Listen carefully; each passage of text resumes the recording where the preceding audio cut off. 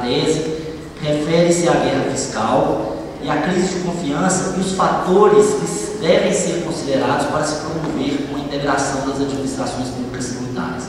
No primeiro painel desse congresso, nós vimos os palestrantes falando sobre a integração da administração pública tributária, a necessidade dos fiscos estarem integrados, com o objetivo de simplificar os procedimentos e com o objetivo também de evitar a guerra fiscal. Bem, esse tema, embora seja um tema de direito tributário, seja um tema de administração pública tributária, é um tema que se insere em um conjunto maior de estudos, que são os estudos feitos pelas ciências sociais no que se refere às relações intergovernamentais. As relações intergovernamentais no Estado Federativo podem se dar de três maneiras. De maneira competitiva, em que os Estados ou os entes federados competem entre si para serem melhores uns que os outros, atraindo investimentos, atraindo pessoas, atraindo turismo. Esse relacionamento competitivo, se feito de uma certa maneira, ele é benéfico, porque estimula a criatividade e a inovação.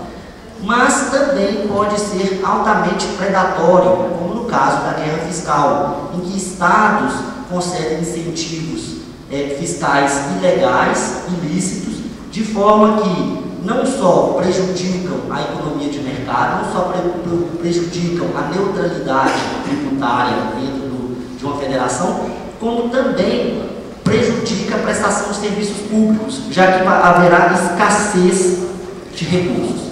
Uma outra forma de relacionamento intergovernamental seria a coordenação, em que um ente federado ou um ente superior, ele coordena as relações entre os entes de espaço territorial menos abrangente, como é o caso que ocorre no SUS. O Sistema Único de Saúde é coordenado pela União e os municípios e os estados participam na prestação de serviço público. Esse modelo coordenativo é um modelo exigido nos federalismos atuais, porque nem todos os entes federados têm capacidade de promover os serviços públicos de forma adequada. Uma outra forma de relacionamento é a cooperação, que pode gerar benefícios mútuos. E pode haver vários motivos pelos quais os entes resolvem cooperar. Ou porque eles não têm condições de prestar o seu serviço, então eles precisam se associar a outros, ou porque os problemas que eles têm ultrapassam os seus limites territoriais. É o caso do meio ambiente, por exemplo. Então essas temáticas, coordenação, competição e cooperação, estão presentes nas ciências sociais e devem ser trazidas ao debate quando se pensa em administração pública integrada. Então a tese, ela versa sobre diversos fatores que devem ser levados em conta quando pensamos em integração da administração pública. Porque todo mundo defende essa integração. Ninguém teria uma tese de competição acirrada das fazendas públicas.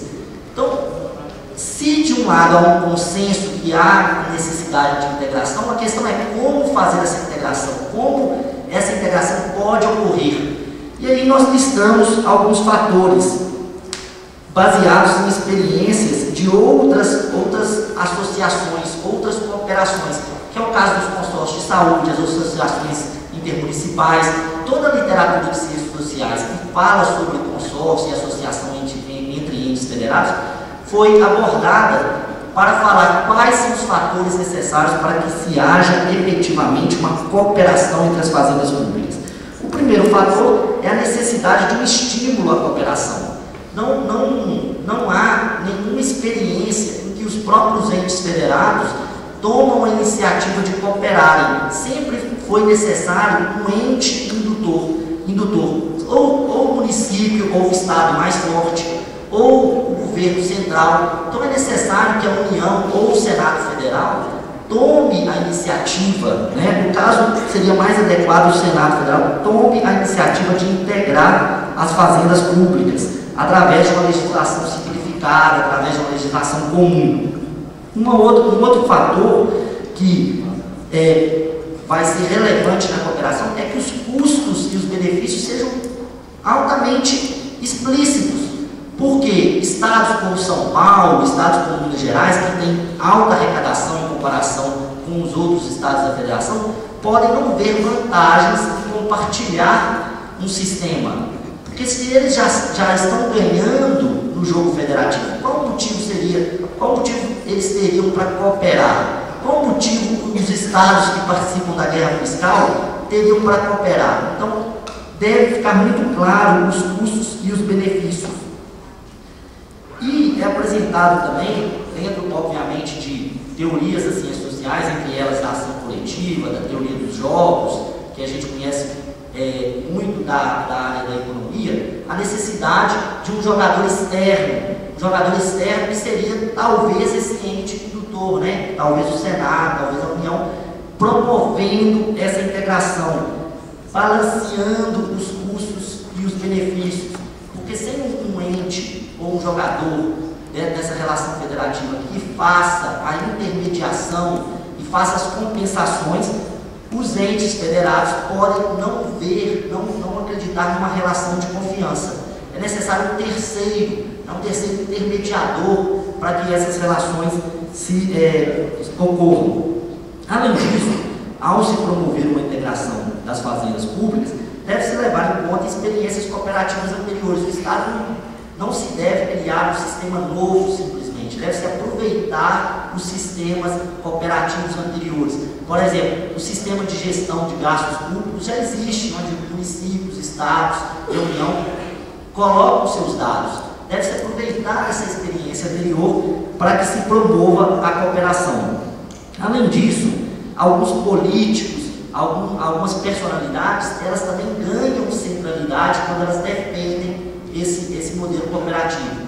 Muito embora a cooperação deve partir de um modelo institucional, deve ser estimulada por pessoas ou políticos com uma centralidade, uma força no cenário político, porque não se trata somente de questões administrativas. Se fosse só questões administrativas, questões matemáticas, nós já teríamos um fisco e uma administração tributária muito mais organizada.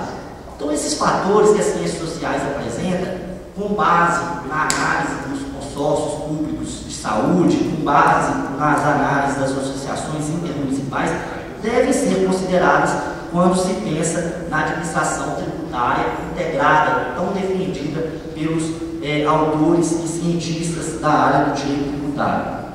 Num jogo cooperativo, tudo parece que todos podem sair ganhando. Então, deve haver um estímulo efetivo para a realização desse modelo cooperativo através do diálogo e, obviamente, através de criações de bases de confiança, de relações de confiança, como tem sido defendido muito bem pela professora Isabel Neves. Muito obrigado pela atenção.